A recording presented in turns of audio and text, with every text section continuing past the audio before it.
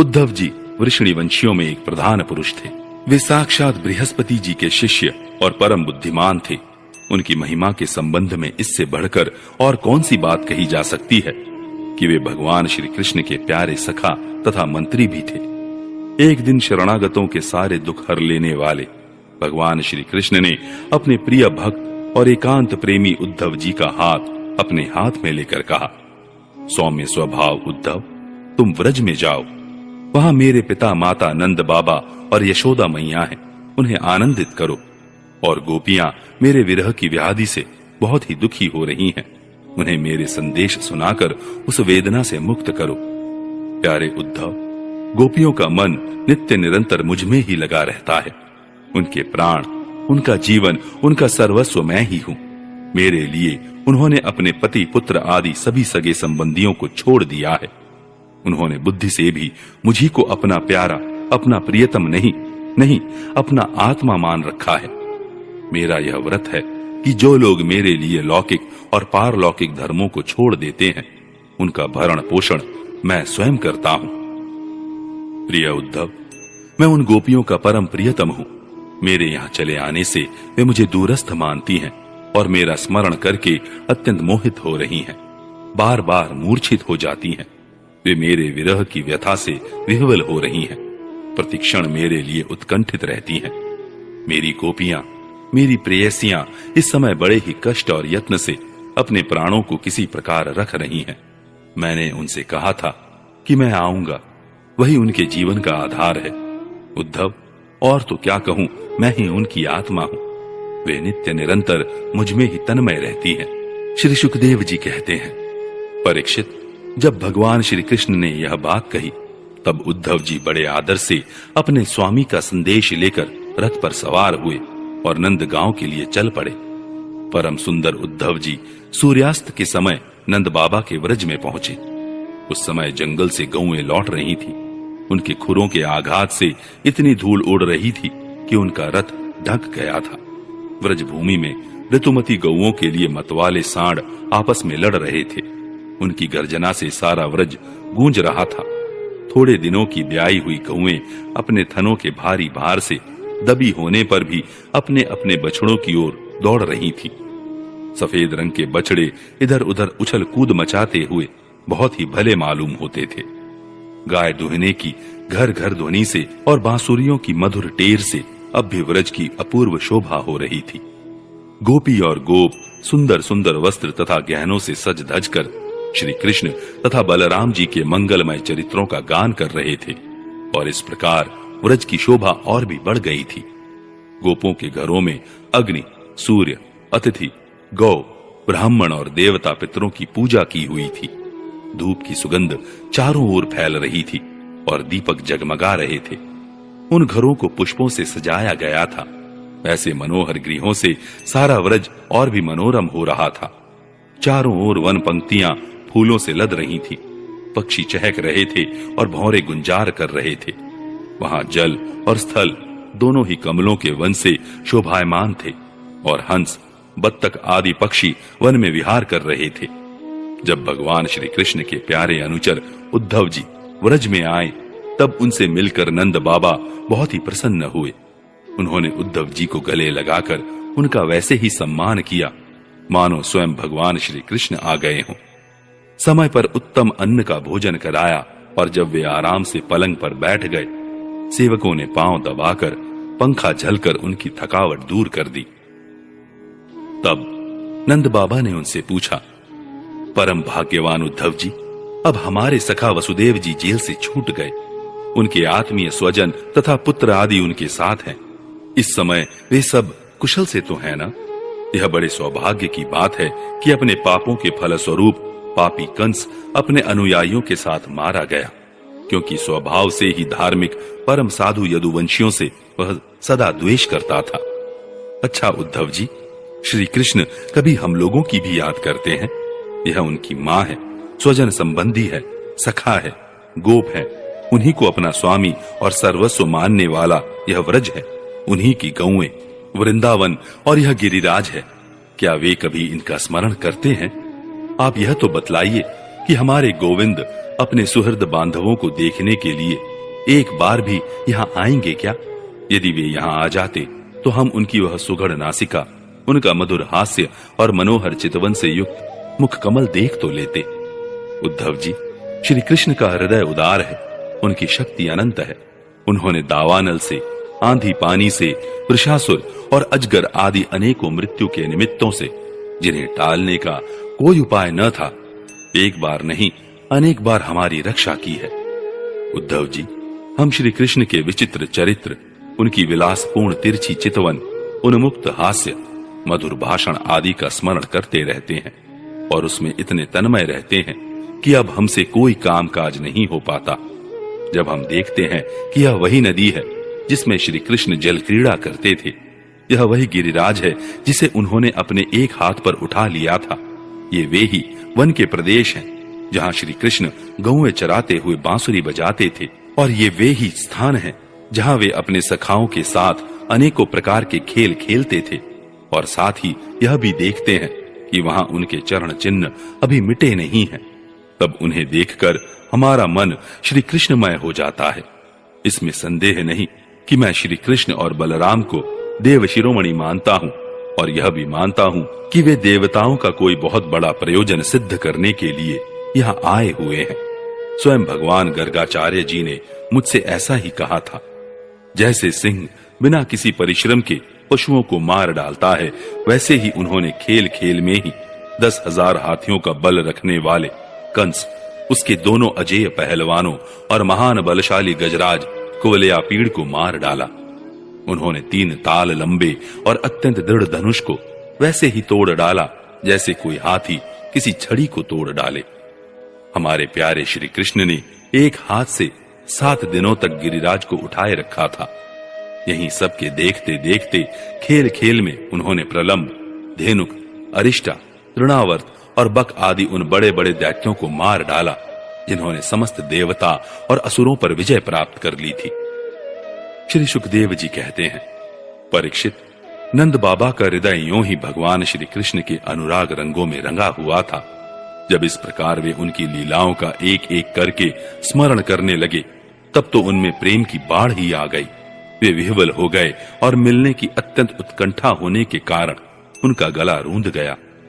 वे चुप हो गए। यशोदा रानी भी वहीं बैठकर नंद बाबा की बातें सुन रही थी। श्री कृष्ण की एक एक लीला सुनकर उनके नेत्रों से आंसू बहते जाते थे और पुत्र स्नेह की बाढ़ से उनके स्तनों से दूध की धारा बहती जा रही थी। उद्धव जी, नंद बाबा और यशोदा रानी के हृदय में श्री कृष्ण के प्रति कैसा अगाध अनुराग है, यह देखकर आनंद मग्न हो गए और उनसे कहने लगे। उद्धव जी ने कहा, हे मानद, इसमें संदेह नहीं कि आप दोनों समस्त शरीरधारियों में अत्यंत भाग्यवान हैं, सराहना करने योग्य हैं, क्योंकि जो सारे चराचर जगत के बनाने वाले और उसे ज्ञान देने वाले नारायण हैं, उनके प्रति आपके हृदय में ऐसा वात्सल्य स्नेह पुत्र भाव है। बलराम और श्री कृष्ण पुराण पुरुष हैं, वे सारे संसार के उपादान कारण और निमित्त कारण भी हैं। भगवान श्री कृष्ण पुरुष हैं तो बलराम जी प्रधान। ये ही दोनों समस्त शरीरों में प्रविष्ट होकर उन्हें जीवन दान देते हैं और उनमें उनसे अत्यंत विलक्षण जो ज्ञान स्वरूप जीव है उसका नियमन करते हैं। जो जीव मृत्यु के समय अपने शुद्ध मन को एक क्षण के लिए भी उनमें लगा देता है, वह समस्त कर्म वासनाओं को धो बहाता है और शीघ्र ही सूर्य के समान तेजस्वी तथा ब्रह्ममय होकर परम गति को प्राप्त होता है। वे भगवान ही जो सबके आत्मा और परम कारण है, भक्तों की अभिलाषा पूर्ण करने और पृथ्वी का भार उतारने के लिए मनुष्य का सा शरीर ग्रहण करके प्रकट हुए हैं। उनके प्रति आप दोनों का ऐसा सुदृढ़ वात्सल्य भाव है। फिर महात्माओं, आप दोनों के लिए अब कौन सा शुभ कर्म करना शेष रह जाता है। भक्त वत्सल यदुवंश शिरोमणि भगवान श्री कृष्ण थोड़े ही दिनों में व्रज में आएंगे और आप दोनों को, अपने माँ बाप को आनंदित करेंगे। जिस समय उन्होंने समस्त यदुवंशियों के द्रोही कंस को रंगभूमि में मार डाला और आपके पास आकर कहा कि मैं व्रज में आऊंगा, उस कथन को वे सत्य करेंगे। नंद बाबा और माता यशोदा जी, आप दोनों परम भाग्यशाली हैं, खेद न करें। आप श्री कृष्ण को अपने पास ही देखेंगे, क्योंकि जैसे काष्ठ में अग्नि सदा ही व्यापक रूप से रहती है, वैसे ही वे समस्त प्राणियों के हृदय में सर्वदा विराजमान रहते हैं। एक शरीर के प्रति अभिमान न होने के कारण न तो कोई उनका प्रिय है और न तो अप्रिय। वे सब में और सबके प्रति समान हैं, इसलिए उनकी दृष्टि में न तो कोई उत्तम है और न तो अधम। यहाँ तक कि विषमता का भाव रखने वाला भी उनके लिए विषम नहीं है। न तो उनकी कोई माता है और न पिता, न पत्नी है और न तो पुत्र आदि, न अपना है और न तो पराया, न देह है और न तो जन्म ही। इस लोक में उनका कोई कर्म नहीं है, फिर भी वे साधुओं के परित्राण के लिए, लीला करने के लिए देवादि सात्विक, मत्स्यादि तामस एवं मनुष्यादि मिश्र योनियों में शरीर धारण करते हैं। भगवान अजन्मा है, उनमें प्राकृत सत्व रज आदि में से एक भी गुण नहीं है। इस प्रकार इन गुणों से अतीत होने पर भी लीला के लिए खेल खेल में वे सत्व, रज और तम इन तीन गुणों को स्वीकार कर लेते हैं और उनके द्वारा जगत की रचना, पालन और संहार करते हैं। जब बच्चे घुमरी परेता खेलने लगते हैं या मनुष्य वेग से चक्कर लगाने लगते हैं, तब उन्हें सारी पृथ्वी घूमती हुई जान पड़ती है। वैसे ही वास्तव में सब कुछ करने वाला चित्त ही है, परंतु उस चित्त में अहम बुद्धि हो जाने के कारण भ्रमवश उसे आत्मा, अपना मैं समझ लेने के कारण जीव अपने को कर्ता समझने लगता है। भगवान श्री कृष्ण केवल आप दोनों के ही पुत्र नहीं हैं, वे समस्त प्राणियों के आत्मा, पुत्र, पिता, माता और स्वामी भी हैं। बाबा, जो कुछ देखा या सुना जाता है वह चाहे भूत से संबंध रखता हो, वर्तमान से अथवा भविष्य से, स्थावर हो या जंगम हो, महान हो अथवा अल्प हो, ऐसी कोई वस्तु ही नहीं है जो भगवान श्री कृष्ण से पृथक हो। बाबा, श्री कृष्ण के अतिरिक्त ऐसी कोई वस्तु नहीं है जिसे वस्तु कह सके। वास्तव में सब वे ही हैं, वे ही परमार्थ सत्य हैं। परीक्षित, भगवान श्री कृष्ण के सखा उद्धव और नंद बाबा इसी प्रकार आपस में बात करते रहे और वह रात बीत गई। कुछ रात शेष रहने पर गोपियां उठी। दीपक जलाकर उन्होंने घर की देहलियों पर वास्तुदेव का पूजन किया, अपने घरों को झाड़ बुहार कर साफ किया और फिर दही मथने लगी। गोपियों की कलाइयों में कंगन शोभायमान हो रहे थे। रस्सी खींचते समय वे बहुत भली मालूम हो रही थी। उनके नितंब, स्तन और गले के हार हिल रहे थे। कानों के कुंडल हिल हिलकर उनके कुमकुम मंडित कपोलों की लालिमा बढ़ा रहे थे। उनके आभूषणों की मणियां दीपक की ज्योति से और भी जगमगा रही थीं, और इस प्रकार वे अत्यंत शोभा से संपन्न होकर दही मथ रही थीं। उस समय गोपियां कमल नयन भगवान श्री कृष्ण के मंगलमय चरित्रों का गान कर रही थीं। उनका वह संगीत दही मथने की ध्वनि से मिलकर और भी अद्भुत हो गया तथा स्वर्ग लोक तक जा पहुंचा, जिसकी स्वर लहरी सब ओर फैलकर दिशाओं का अमंगल मिटा देती है। जब भगवान भुवन भास्कर का उदय हुआ, तब प्रजांगनाओं ने देखा कि नंद बाबा के दरवाजे पर एक सोने का रथ खड़ा है। वे एक दूसरे से पूछने लगी, यह किसका रथ है? किसी गोपी ने कहा, कंस का प्रयोजन सिद्ध करने वाला अक्रूर ही तो कहीं फिर नहीं आ गया है, जो कमल नयन प्यारे श्याम सुंदर को यहां से मथुरा ले गया था। किसी दूसरी गोपी ने कहा, क्या अब वह हमें ले जाकर अपने मरे हुए स्वामी कंस का पिंडदान करेगा? अब यहां उसके आने का और क्या प्रयोजन हो सकता है? व्रजवासिनी स्त्रियां इसी प्रकार आपस में बातचीत कर रही थीं कि उसी समय नित्य कर्म से निवृत्त होकर उद्धव जी आ पहुंचे। गोपियों ने देखा कि श्री कृष्ण के सेवक उद्धव जी की आकृति और वेशभूषा श्री कृष्ण से मिलती जुलती है। घुटनों तक लंबी लंबी भुजाएं हैं, नूतन कमल दल के समान कोमल नेत्र हैं, शरीर पर पीतांबर धारण किए हुए हैं, गले में कमल पुष्पों की माला है, कानों में मणिजटित कुंडल झलक रहे हैं और मुखारविंद अत्यंत प्रफुल्लित है।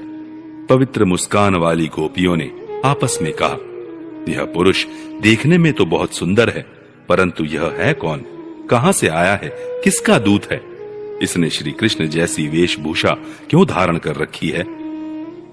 सबकी सब गोपियां उनका परिचय प्राप्त करने के लिए अत्यंत उत्सुक हो गईं, और उनमें से बहुत सी पवित्र कीर्ति भगवान श्री कृष्ण के चरण कमलों के आश्रित तथा उनके सेवक सखा उद्धव जी को चारों ओर से घेर कर खड़ी हो गईं। जब उन्हें मालूम हुआ कि ये तो रमा रमण भगवान श्री कृष्ण का संदेश लेकर आए हैं, तब उन्होंने विनय से झुककर सलज्ज हास्य, चितवन और मधुर वाणी आदि से उद्धव जी का अत्यंत सत्कार किया तथा एकांत में आसन पर बैठाकर वे उनसे इस प्रकार कहने लगी। उद्धव जी, हम जानती हैं कि आप यदुनाथ के पार्षद हैं, उन्हीं का संदेश लेकर यहाँ पधारे हैं। आपके स्वामी ने अपने माता पिता को सुख देने के लिए आपको यहाँ भेजा है, अन्यथा हमें तो अब इस नंदगांव में गौओं के रहने की जगह में उनके स्मरण करने योग्य कोई भी वस्तु दिखाई नहीं पड़ती। माता पिता आदि सगे संबंधियों का स्नेह बंधन तो बड़े बड़े ऋषि मुनि भी बड़ी कठिनाई से छोड़ पाते हैं। दूसरों के साथ जो प्रेम संबंध का स्वांग किया जाता है वह तो किसी न किसी स्वार्थ के लिए ही होता है। भौरों का पुष्पों से और पुरुषों का स्त्रियों से ऐसा ही स्वार्थ का प्रेम संबंध होता है। जब वेश्या समझती है कि अब मेरे यहाँ आने वाले के पास धन नहीं है, तब उसे वह धता बता देती है। जब प्रजा देखती है कि यह राजा हमारी रक्षा नहीं कर सकता, तब वह उसका साथ छोड़ देती है। अध्ययन समाप्त हो जाने पर कितने शिष्य अपने आचार्यों की सेवा करते हैं। यज्ञ की दक्षिणा मिली कि ऋत्विज लोग चलते बने। जब वृक्ष पर फल नहीं रहते, तब पक्षीगण वहां से बिना कुछ सोचे विचारे उड़ जाते हैं। भोजन कर लेने के बाद अतिथि लोग ही गृहस्थ की ओर कब देखते हैं। वन में आग लगी कि पशु भाग खड़े हुए। चाहे स्त्री के हृदय में कितना भी अनुराग हो, जार पुरुष अपना काम बना लेने के बाद उलट कर भी तो नहीं देखता। परीक्षित, गोपियों के मन, वाणी और शरीर श्री कृष्ण में ही तल्लीन थे। जब भगवान श्री कृष्ण के दूत बनकर उद्धव जी व्रज में आए, तब वे उनसे इस प्रकार कहते कहते यह भूल ही गईं कि कौन सी बात किस तरह किसके सामने कहनी चाहिए। भगवान श्री कृष्ण ने बचपन से लेकर किशोर अवस्था तक जितनी भी लीलाएं की थी, उन सब की याद कर करके गोपियां उनका गान करने लगी। वे आत्म विस्मृत होकर स्त्री सुलभ लज्जा को भी भूल गईं और फूट फूट कर रोने लगी। एक गोपी को उस समय स्मरण हो रहा था भगवान श्री कृष्ण के मिलन की लीला का। उसी समय उसने देखा कि पास ही एक भंवरा गुनगुना रहा है। उसने ऐसा समझा मानो मुझे रूठी हुई समझकर श्री कृष्ण ने मनाने के लिए दूत भेजा हो। वह गोपी भंवरे से इस प्रकार कहने लगी। गोपी ने कहा, अरे मधुप, तू कपटी का सखा है, इसलिए तू भी कपटी है। तू हमारे पैरों को मत छू, झूठे प्रणाम करके हमसे अनुनय विनय मत कर। हम देख रही हैं कि श्री कृष्ण की जो वनमाला हमारी सौतों के वक्ष स्थल के स्पर्श से मसली हुई है, उसका पीला पीला कुमकुम तेरी मूछों पर भी लगा हुआ है। तू स्वयं भी तो किसी कुसुम से प्रेम नहीं करता, यहाँ से वहां उड़ा करता है। जैसे तेरे स्वामी वैसा ही तू। मधुपति श्री कृष्ण मथुरा की मानिनी नायिकाओं को मनाया करे। उनका वह कुमकुम रूप कृपा प्रसाद जो यदुवंशियों की सभा में उपहास करने योग्य है, अपने ही पास रखे। उसे तेरे द्वारा यहाँ भेजने की क्या आवश्यकता है। जैसा तू काला है वैसे ही वे भी हैं। तू भी पुष्पों का रस लेकर उड़ जाता है, वैसे ही वे भी निकले। उन्होंने हमें केवल एक बार, हाँ ऐसा ही लगता है, केवल एक बार अपनी तनिक सी मोहिनी और परम मादक अधर सुधा पिलाई थी, और फिर हम भोली भाली गोपियों को छोड़कर वे यहाँ से चले गए। पता नहीं सुकुमार लक्ष्मी उनके चरण कमलों की सेवा कैसे करती रहती हैं। अवश्य ही वे छैल छबीले श्री कृष्ण की चिकनी चुपड़ी बातों में आ गई होंगी। चित्त चोर ने उनका भी चित्त चुरा लिया होगा। अरे भ्रमर, हम वनवासिनी हैं, हमारे तो घर द्वार भी नहीं है। तू हम लोगों के सामने यदुवंश शिरोमणि श्री कृष्ण का बहुत सा गुणगान क्यों कर रहा है। यह सब भला हम लोगों को मनाने के लिए ही तो, परंतु नहीं नहीं, वे हमारे लिए कोई नए नहीं है। हमारे लिए तो जाने पहचाने बिल्कुल पुराने हैं। तेरी चापलूसी हमारे पास नहीं चलेगी। तू जा, यहाँ से चला जा, और जिनके साथ सदा विजय रहती है उन श्री कृष्ण की मधुरपुर वासिनी सखियों के सामने जाकर उनका गुणगान कर। वे नहीं हैं, उनकी लीलाएं कम जानती हैं, और इस समय वे उनकी प्यारी हैं। उनके हृदय की पीड़ा उन्होंने मिटा दी है। वे तेरी प्रार्थना स्वीकार करेंगी, तेरी चापलूसी से प्रसन्न होकर तुझे मुंह मांगी वस्तु देंगी। भौरे, वे हमारे लिए छटपटा रहे हैं। ऐसा तू क्यों कहता है? उनकी कपट भरी मनोहर मुस्कान और बहुओं के इशारे से जो वश में न हो जाएं, उनके पास दौड़ी न आए, ऐसी कौन सी स्त्रियां हैं? अरे अनजान, स्वर्ग में, पाताल में और पृथ्वी में ऐसी एक भी स्त्री नहीं है। औरों की तो बात ही क्या, स्वयं लक्ष्मी जी भी उनके चरण रज की सेवा किया करती हैं। फिर हम श्री कृष्ण के लिए किस गिनती में हैं? परंतु तू उनके पास जाकर कहना कि तुम्हारा नाम तो उत्तम श्लोक है, अच्छे अच्छे लोग तुम्हारी कीर्ति का गान करते हैं, परंतु इसकी सार्थकता तो इसी में है कि तुम दीनों पर दया करो, नहीं तो श्री कृष्ण तुम्हारा उत्तम श्लोक नाम झूठा पड़ जाता है। अरे मधुकर, देख, तू मेरे पैर पर सिर मत टेक। मैं जानती हूं कि तू अनुनय विनय करने में, क्षमा याचना करने में बड़ा निपुण है।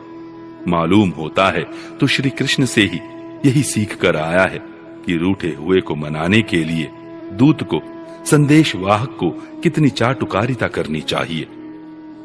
परंतु तू समझ ले कि यहां तेरी दाल नहीं गलने की। देख, हमने श्री कृष्ण के लिए ही अपने पति, पुत्र और दूसरे लोगों को छोड़ दिया, परंतु उनमें तनिक भी कृतज्ञता नहीं। वे ऐसे निर्मोही निकले कि हमें छोड़कर चलते बने। अब तू ही बता, ऐसे अकृतज्ञ के साथ हम क्या संधि करें? क्या तू अब भी कहता है कि उन पर विश्वास करना चाहिए? ए रे मधुप, जब वे राम बने थे तब उन्होंने कपिराज बाली को प्याद के समान छिपकर बड़ी निर्दयता से मारा था। बेचारी शूर्पणखा कामवश उनके पास आई थी, परंतु उन्होंने अपनी स्त्री के वश होकर उस बेचारी के नाक कान काट लिए और इस प्रकार उसे कुरूप कर दिया। ब्राह्मण के घर वामन के रूप में जन्म लेकर उन्होंने क्या किया? बलि ने तो उनकी पूजा की, उनकी मुंह मांगी वस्तु दी और उन्होंने उसकी पूजा ग्रहण करके भी उसे वरुण पाश से बांधकर पाताल में डाल दिया। ठीक वैसे ही जैसे कौवा बलि खाकर भी बलि देने वाले को अपने अन्य साथियों के साथ मिलकर घेर लेता है और परेशान करता है।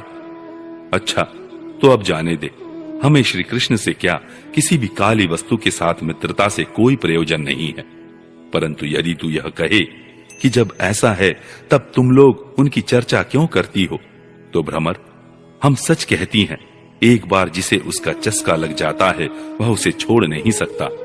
ऐसी दशा में हम चाहने पर भी उनकी चर्चा छोड़ नहीं सकती। श्री कृष्ण की लीला रूप कर्णामृत के एक कण का भी जो रसास्वादन कर लेता है, उसके राग द्वेष, सुख दुख आदि सारे द्वंद्व छूट जाते हैं। यहाँ तक कि बहुत से लोग तो अपनी दुखमय दुख से सनी हुई घर गृहस्थी छोड़कर अंकिंचन हो जाते हैं, अपने पास कुछ भी संग्रह परिग्रह नहीं रखते और पक्षियों की तरह चुन चुन कर भीख मांग कर अपना पेट भरते हैं। दीन दुनिया से जाते रहते हैं, फिर भी श्री कृष्ण की लीला कथा छोड़ नहीं पाते। वास्तव में उनका रस, उसका चस्का ऐसा ही है। यही दशा हमारी हो रही है। जैसे कृष्ण सार मृग की पत्नी भोली भाली हरिणियां व्याध के सुमधुर गान का विश्वास कर लेती हैं और उसके जाल में फंसकर मारी जाती हैं, वैसे ही हम भोली भाली गोपियां भी उस छलिया कृष्ण की कपट भरी मीठी मीठी बातों में आकर उन्हें सत्य के समान मान बैठी और उनके नख स्पर्श से होने वाली काम व्याधि का बार बार अनुभव करती रही। इसलिए श्री कृष्ण के दूत भौरे, अब इस विषय में तू और कुछ मत कह। तुझे कहना ही हो तो कोई दूसरी बात कह। हमारे प्रियतम के प्यारे सखा, जान पड़ता है तुम एक बार उधर जाकर फिर लौट आए हो। अवश्य ही हमारे प्रियतम ने मनाने के लिए तुम्हें भेजा होगा। प्रिय भ्रमर, तुम सब प्रकार से हमारे माननीय हो। कहो, तुम्हारी क्या इच्छा है? हमसे जो चाहो सो मांग लो। अच्छा, तुम सच बताओ, क्या हमें वहां ले चलना चाहते हो? अजी, उनके पास जाकर लौटना बड़ा कठिन है। हम तो उनके पास जा चुकी हैं, परंतु तुम हमें वहां ले जाकर करोगे क्या? प्यारे भ्रमर, उनके साथ उनके वक्ष स्थल पर तो उनकी प्यारी पत्नी लक्ष्मी जी सदा रहती हैं ना, तब वहां हमारा निर्वाह कैसे होगा? अच्छा, हमारे प्रियतम के प्यारे दूत मधुकर, हमें यह बतलाओ कि आर्यपुत्र भगवान श्री कृष्ण गुरुकुल से लौटकर मधुपुरी में अब सुख से तो है ना? क्या वे कभी नंद बाबा, यशोदा रानी, यहाँ के घर, सगे संबंधी और ग्वाल बालों की भी याद करते हैं? और क्या हम दासियों की भी कोई बात कभी चलाते हैं? प्यारे भ्रमर, हमें यह भी बतलाओ कि कभी वे अपनी अगर के समान दिव्य सुगंध से युक्त भुजा हमारे सिरों पर रखेंगे? क्या हमारे जीवन में कभी ऐसा शुभ अवसर भी आएगा? श्री सुखदेव जी कहते हैं, परीक्षित, गोपियां भगवान श्री कृष्ण के दर्शन के लिए अत्यंत उत्सुक, लालायित हो रही थीं, उनके लिए तड़प रही थीं। उनकी बातें सुनकर उद्धव जी ने उन्हें उनके प्रियतम का संदेश सुनाकर सांत्वना देते हुए इस प्रकार कहा। उद्धव जी ने कहा, अहो गोपियों, तुम कृतकृत्य हो, तुम्हारा जीवन सफल है। देवियों, तुम सारे संसार के लिए पूजनीय हो, क्योंकि तुम लोगों ने इस प्रकार भगवान श्री कृष्ण को अपना हृदय, अपना सर्वस्व समर्पित कर दिया है। दान, व्रत, तप, होम, जप, वेदाध्ययन, ध्यान, धारणा, समाधि और कल्याण के अन्य विविध साधनों के द्वारा भगवान की भक्ति प्राप्त हो, यही प्रयत्न किया जाता है। यह बड़े सौभाग्य की बात है कि तुम लोगों ने पवित्र कीर्ति भगवान श्री कृष्ण के प्रति वही सर्वोत्तम प्रेम भक्ति प्राप्त की है और उसी का आदर्श स्थापित किया है, जो बड़े बड़े ऋषि मुनियों के लिए भी अत्यंत दुर्लभ है। सचमुच यह कितने सौभाग्य की बात है कि तुमने अपने पुत्र, पति, देह, स्वजन और घरों को छोड़कर पुरुषोत्तम भगवान श्री कृष्ण को, जो सबके परम पति हैं, पति के रूप में वर्ण किया है। महाभाग्यवती गोपियों, भगवान श्री कृष्ण के वियोग से तुमने उन इंद्रियातीत परमात्मा के प्रति वह भाव प्राप्त कर लिया है, जो सभी वस्तुओं के रूप में उनका दर्शन कराता है। तुम लोगों का वह भाव मेरे सामने भी प्रकट हुआ। यह मेरे ऊपर तुम देवियों की बड़ी ही दया है। मैं अपने स्वामी का गुप्त काम करने वाला दूत हूँ। तुम्हारे प्रियतम भगवान श्री कृष्ण ने तुम लोगों को परम सुख देने के लिए यह प्रिय संदेश भेजा है।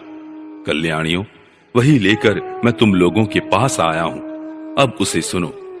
भगवान श्री कृष्ण ने कहा है, मैं सबका उपादान कारण होने से सबका आत्मा हूँ, सब में अनुगत हूँ, इसलिए मुझसे कभी भी तुम्हारा वियोग नहीं हो सकता। जैसे संसार के सभी भौतिक पदार्थों में आकाश, वायु, अग्नि, जल और पृथ्वी, ये पांचों भूत व्याप्त हैं। इन्हीं से सब वस्तुएं बनी हैं और यही उन वस्तुओं के रूप में है। वैसे ही मैं मन, प्राण, पंचभूत, इंद्रिय और उनके विषयों का आश्रय हूं। वे मुझ में हैं, मैं उनमें हूं, और सच पूछो तो मैं ही उनके रूप में प्रकट हो रहा हूं। मैं ही अपनी माया के द्वारा भूत, इंद्रिय और उनके विषयों के रूप में होकर उनका आश्रय बन जाता हूं तथा स्वयं निमित्त भी बनकर अपने आप को ही रचता हूं, पालता हूं और समेट लेता हूं। आत्मा माया और माया के कार्यों से पृथक है। वह विशुद्ध ज्ञान स्वरूप जड़ प्रकृति, अनेक जीव तथा अपने ही अवान्तर भेदों से रहित सर्वथा शुद्ध है। कोई भी गुण उसका स्पर्श नहीं कर पाते। माया की तीन वृत्तियां हैं, सुषुप्ति, स्वप्न और जागृत। इनके द्वारा वही अखंड अनंत बोध स्वरूप आत्मा कभी प्राज्ञ तो कभी तेजस और कभी विश्व रूप से प्रतीत होता है। मनुष्य को चाहिए कि वह समझे कि स्वप्न में दिखने वाले पदार्थों के समान ही जागृत अवस्था में इंद्रियों के विषय भी प्रतीत हो रहे हैं। वे मिथ्या है। इसीलिए उन विषयों का चिंतन करने वाले मन और इंद्रियों को रोक ले और मानो सोकर उठा हो, इस प्रकार जगत के स्वाप्निक विषयों को त्याग कर मेरा साक्षात्कार करे। जिस प्रकार सभी नदियां घूम फिरकर समुद्र में ही पहुंचती हैं, उसी प्रकार मनस्वी पुरुषों का वेदाभ्यास, योग साधन, आत्मानात्म, विवेक, त्याग, तपस्या, इंद्रिय संयम और सत्य आदि समस्त धर्म मेरी प्राप्ति में ही समाप्त होते हैं। सबका सच्चा फल है मेरा साक्षात्कार, क्योंकि वे सब मन को निरुद्ध करके मेरे पास पहुंचाते हैं। गोपियों, इसमें संदेह नहीं कि मैं तुम्हारे नयनों का ध्रुव तारा हूं, तुम्हारा जीवन सर्वस्व हूं। किंतु मैं जो तुमसे इतना दूर रहता हूं, उसका कारण है वह यही कि तुम निरंतर मेरा ध्यान कर सको। शरीर से दूर रहने पर भी मन से तुम मेरी सन्निधि का अनुभव करो। अपना मन मेरे पास रखो, क्योंकि स्त्रियों और अन्यान्य प्रेमियों का चित्त अपने परदेशी प्रियतम में जितना निश्चल भाव से लगा रहता है, उतना आंखों के सामने पास रहने वाले प्रियतम में नहीं लगता। अशेष वृत्तियों से रहित संपूर्ण मन मुझ में लगाकर जब तुम लोग मेरा अनुस्मरण करोगी, तब शीघ्र ही सदा के लिए मुझे प्राप्त हो जाओगी। कल्याणियों, जिस समय मैंने वृंदावन में शारदीय पूर्णिमा की रात्रि में रास क्रीड़ा की थी, उस समय जो गोपियां स्वजनों के रोक लेने से व्रज में ही रह गईं, मेरे साथ रास विहार में सम्मिलित न हो सकी, वे मेरी लीलाओं का स्मरण करने से ही मुझे प्राप्त हो गई थी। श्री सुखदेव जी कहते हैं, परीक्षित, अपने प्रियतम श्री कृष्ण का यह संदेशा सुनकर गोपियों को बड़ा आनंद हुआ। उनके संदेश से उन्हें श्री कृष्ण के स्वरूप और एक एक लीला की याद आने लगी। प्रेम से भरकर उन्होंने उद्धव जी से कहा। गोपियों ने कहा, उद्धव जी, यह बड़े सौभाग्य की और आनंद की बात है कि यदुवंशियों को सताने वाला पापी कंस अपने अनुयायियों के साथ मारा गया। यह भी कम आनंद की बात नहीं कि श्री कृष्ण के बंधु बांधव और गुरुजनों के सारे मनोरथ पूर्ण हो गए तथा अब हमारे प्यारे श्याम सुंदर उनके साथ सकुशल निवास कर रहे हैं। किंतु उद्धव जी, एक बात आप हमें बतलाइए। जिस प्रकार हम अपनी प्रेम भरी लजीली मुस्कान और उन्मुक्त चितवन से उनकी पूजा करती थीं और वे भी हमसे प्यार करते थे, उसी प्रकार मथुरा की स्त्रियों से भी वे प्रेम करते हैं या नहीं? तब तक दूसरी गोपी बोल उठी, अरे सखी, हमारे प्यारे श्याम सुंदर तो प्रेम की मोहिनी कला के विशेषज्ञ हैं। सभी श्रेष्ठ स्त्रियां उनसे प्यार करती हैं। फिर भला जब नगर की स्त्रियां उनसे मीठी मीठी बातें करेंगी और हाव भाव से उनकी ओर देखेंगी, तब वे उन पर क्यों न रिझेंगे? दूसरी गोपियां बोली, साधो, आप यह तो बतलाइए कि जब कभी नागरी नारियों की मंडली में कोई बात चलती है और हमारे प्यारे स्वच्छंद रूप से बिना किसी संकोच के जब प्रेम की बातें करने लगते हैं, तब क्या कभी प्रसंगवश हम गंवार गंवालिनों की भी याद करते हैं? कुछ गोपियों ने कहा, उद्धव जी, क्या कभी श्री कृष्ण उन रात्रियों का स्मरण करते हैं जब कुमुदिनी तथा कुंद के पुष्प खिले हुए थे, चारों ओर चांदनी छिटक रही थी और वृंदावन अत्यंत रमणीय हो रहा था? उन रात्रियों में ही उन्होंने रास मंडल बनाकर हम लोगों के साथ नृत्य किया था। कितनी सुंदर थी वह रास लीला। उस समय हम लोगों के पैरों के नूपुर रुंझुन रुंझुन बज रहे थे। हम सब सखियां उन्हीं की सुंदर सुंदर लीलाओं का गान कर रही थी और वे हमारे साथ नाना प्रकार के विहार कर रहे थे। कुछ दूसरी गोपियां बोल उठी, उद्धव जी, हम सब तो उन्हीं के विरह की आग से जल रही हैं। देवराज इंद्र जैसे जल बरसाकर वन को हरा भरा कर देते हैं, उसी प्रकार क्या कभी श्री कृष्ण भी अपने कर स्पर्श आदि से हमें जीवन दान देने के लिए यहां आएंगे? तब तक एक गोपी ने कहा, अरे सखी, अब तो उन्होंने शत्रुओं को मारकर राज्य पा लिया है। जिसे देखो वही उनका सुहृद बना फिरता है। अब वे बड़े बड़े नरपतियों की कुमारियों से विवाह करेंगे, उनके साथ आनंद पूर्वक रहेंगे। यहां हम ग्वारिनों के पास क्यों आएंगे? दूसरी गोपी ने कहा, नहीं सखी, महात्मा श्री कृष्ण तो स्वयं लक्ष्मीपति हैं। उनकी सारी कामनाएं पूर्ण ही हैं। वे कृत्य कृत्य हैं। हम वनवासिनी ग्वालिनों अथवा दूसरी राजकुमारियों से उनका कोई प्रयोजन नहीं है। हम लोगों के बिना उनका कौन सा काम अटक रहा है? देखो, वेश्या होने पर भी पिंगला ने क्या ही ठीक कहा है, संसार में किसी की आशा न रखना ही सबसे बड़ा सुख है। यह बात हम जानती हैं, फिर भी हम भगवान श्री कृष्ण के लौटने की आशा छोड़ने में असमर्थ हैं। उनके शुभागमन की आशा ही तो हमारा जीवन है। हमारे प्यारे श्याम सुंदर ने जिनकी कीर्ति का गान बड़े बड़े महात्मा करते रहते हैं, हमसे एकांत में जो मीठी मीठी प्रेम की बातें की हैं, उन्हें छोड़ने का, भुलाने का उत्साह भी हम कैसे कर सकती हैं? देखो तो, उनकी इच्छा न होने पर भी स्वयं लक्ष्मी जी उनके चरणों से लिपटी रहती हैं। एक क्षण के लिए भी उनका अंग संग छोड़कर नहीं जाती। उद्धव जी, यह वही नदी है जिसमें वे विहार करते थे। यह वही पर्वत है जिसके शिखर पर चढ़कर वे बांसुरी बजाते थे। ये वे ही वन है जिनमें वे रात्रि के समय रास लीला करते थे। और ये वे ही गौएं हैं जिनको चराने के लिए वे सुबह शाम हम लोगों को देखते हुए जाते आते थे। और यह ठीक वैसी ही वंशी की तान हमारे कानों में गूंजती रहती है जैसी वे अपने अधरों के संयोग से छेड़ा करते थे। बलराम जी के साथ श्री कृष्ण ने इन सभी का सेवन किया है। यहाँ का एक एक प्रदेश, एक एक धूलिकण उनके परम सुंदर चरण कमलों से चिन्हित है। इन्हें जब जब हम देखती हैं, सुनती हैं, दिन भर यही तो करती रहती हैं। तब तब वे हमारे प्यारे श्याम सुंदर नंद नंदन को हमारे नेत्रों के सामने लाकर रख देते हैं। उद्धव जी, हम किसी भी प्रकार मरकर भी उन्हें भूल नहीं सकती। उनकी वह हंस की सी सुंदर चाल, उन्मुक्त हास्य, विलासपूर्ण चितवन और मधुमयी वाणी, आह, उन सब ने हमारा चित्त चुरा लिया है। हमारा मन हमारे वश में नहीं है। अब हम उन्हें भूलें तो किस तरह? हमारे प्यारे श्री कृष्ण, तुम ही हमारे जीवन के स्वामी हो, सर्वस्व हो। प्यारे, तुम लक्ष्मीनाथ हो तो क्या हुआ, हमारे लिए तो व्रजनाथ ही हो। हम व्रज गोपियों के एकमात्र तुम ही सच्चे स्वामी हो। श्याम सुंदर, तुमने बार बार हमारी व्यथा मिटाई है, हमारे संकट काटे हैं। गोविंद, तुम गौओं से बहुत प्रेम करते हो, क्या हम गौएं नहीं हैं? तुम्हारा यह सारा गोकुल, जिसमें ग्वाल बाल, माता पिता, गौएं और हम गोपियां सब कोई है, दुख के अपार सागर में डूब रहा है। तुम इसे बचाओ, आओ हमारी रक्षा करो। श्री सुखदेव जी कहते हैं, प्रिय परीक्षित, भगवान श्री कृष्ण का प्रिय संदेश सुनकर गोपियों के विरह की व्यथा शांत हो गई थी। वे इंद्रियातीत भगवान श्री कृष्ण को अपने आत्मा के रूप में सर्वत्र स्थित समझ चुकी थी। अब वे बड़े प्रेम और आदर से उद्धव जी का सत्कार करने लगी। उद्धव जी गोपियों की विरह व्यथा मिटाने के लिए कई महीनों तक वहीं रहे। वे भगवान श्री कृष्ण की अनेकों लीलाएं और बातें सुना सुनाकर व्रजवासियों को आनंदित करते रहते।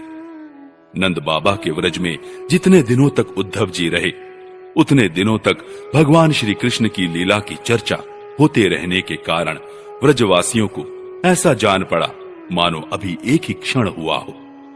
भगवान के परम प्रेमी भक्त उद्धव जी कभी नदी तट पर जाते, कभी वनों में विहरते और कभी गिरिराज की घाटियों में विचरते, कभी रंग बिरंगे फूलों से लदे हुए वृक्षों में ही रम जाते और यहाँ भगवान श्री कृष्ण ने कौन सी लीला की है, यह पूछ पूछ कर व्रजवासियों को भगवान श्री कृष्ण और उनकी लीला के स्मरण में तन्मय कर देते।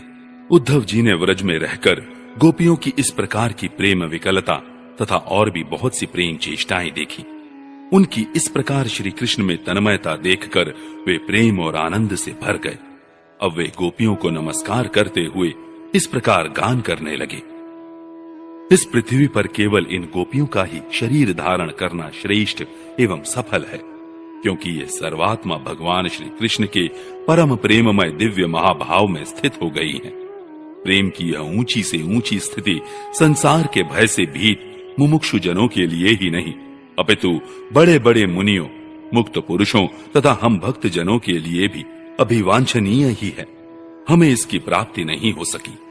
सत्य है, जिन्हें भगवान श्री कृष्ण की लीला कथा के रस का चस्का लग गया है, उन्हें कुलीनता की, द्विजाति समुचित संस्कार की और बड़े बड़े यज्ञ यागों में दीक्षित होने की क्या आवश्यकता है?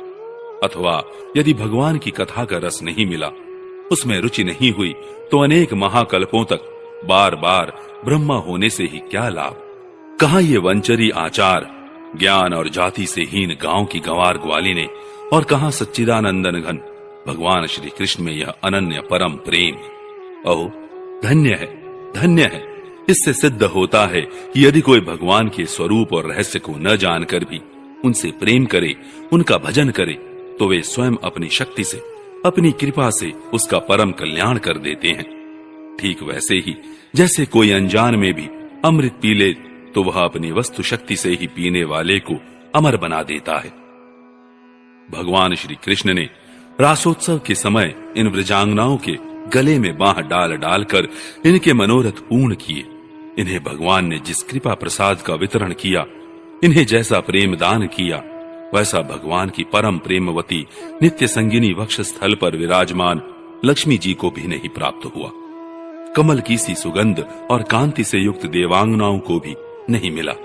फिर दूसरी स्त्रियों की तो बात ही क्या करें।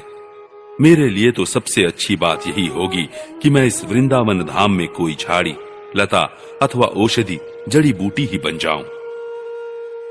आहा, यदि मैं ऐसा बन जाऊंगा तो मुझे इन व्रजांगनाओं की चरण धूलि निरंतर सेवन करने के लिए मिलती रहेगी। इनकी चरण रज में स्नान करके मैं धन्य हो जाऊंगा। धन्य है ये गोपियां। देखो तो सही, जिनको छोड़ना अत्यंत कठिन है, उन स्वजन संबंधियों तथा लोक वेद की आर्य मर्यादा का परित्याग करके इन्होंने भगवान की पदवी, उनके साथ तन्मयता, उनका परम प्रेम प्राप्त कर लिया है। औरों की तो बात ही क्या, भगवद वाणी, उनकी निश्वास रूप समस्त श्रुतियां, उपनिषदें भी अब तक भगवान के परम प्रेममय स्वरूप को ढूंढती ही रहती है, प्राप्त नहीं कर पाती। स्वयं भगवती लक्ष्मी जी जिनकी पूजा करती रहती हैं, ब्रह्मा शंकर आदि परम समर्थ देवता, पूर्ण काम आत्मा राम और बड़े बड़े योगेश्वर अपने हृदय में जिनका चिंतन करते रहते हैं, भगवान श्री कृष्ण के उन्हीं चरणार विंदों को रास लीला के समय गोपियों ने अपने वक्ष स्थल पर रखा और उनका आलिंगन करके अपने हृदय की जलन, विरह व्यथा शांत की। नंद बाबा के व्रज में रहने वाली गोपांगनाओं की चरण धूलि को मैं बारंबार प्रणाम करता हूँ, उसे सिर पर चढ़ाता हूँ। आहा, इन गोपियों ने भगवान श्री कृष्ण की लीला कथा के संबंध में जो कुछ गान किया है, वह तीनों लोकों को पवित्र कर रहा है और सदा सर्वदा पवित्र करता रहेगा। श्री सुखदेव जी कहते हैं, परीक्षित, इस प्रकार कई महीनों तक व्रज में रहकर उद्धव जी ने अब मथुरा जाने के लिए गोपियों से, नंद बाबा और यशोदा मैया से आज्ञा प्राप्त की। ग्वाल बालों से विदा लेकर वहां से यात्रा करने के लिए वे रथ पर सवार हुए। जब उनका रथ व्रज से बाहर निकला, तब नंद बाबा आदि गोपगण बहुत सी भेंट की सामग्री लेकर उनके पास आए और आंखों में आंसू भरकर उन्होंने बड़े प्रेम से कहा, उद्धव जी, अब हम यही चाहते हैं कि हमारे मन की एक एक वृत्ति, एक एक संकल्प श्री कृष्ण के चरण कमलों के ही आश्रित रहे, उन्हीं की सेवा के लिए उठे और उन्हीं में लगी भी रहे। हमारी वाणी नित्य निरंतर उन्हीं के नामों का उच्चारण करती रहे और शरीर उन्हीं को प्रणाम करने, उन्हीं की आज्ञा पालन और सेवा में लगा रहे। उद्धव जी, हम सच कहते हैं, हमें मोक्ष की इच्छा बिल्कुल नहीं है। हम भगवान की इच्छा से अपने कर्मों के अनुसार चाहे जिस योनि में जन्म ले, वहां शुभ आचरण करें, दान करें और उसका फल यही पावें कि हमारे अपने ईश्वर श्री कृष्ण में हमारी प्रीति उत्तरोत्तर बढ़ती रहे। प्रिय परीक्षित, नंद बाबा आदि गोपों ने इस प्रकार श्री कृष्ण भक्ति के द्वारा उद्धव जी का सम्मान किया। अब वे भगवान श्री कृष्ण के द्वारा सुरक्षित मथुरापुरी में लौट आए। वहां पहुंचकर उन्होंने भगवान श्री कृष्ण को प्रणाम किया और उन्हें व्रजवासियों की प्रेममय भक्ति का उद्रेक जैसा उन्होंने देखा था कह सुनाया। इसके बाद नंद बाबा ने भेंट की जो जो सामग्री दी थी, वह उनको वसुदेव जी, बलराम जी और राजा उग्रसेन को दे दी।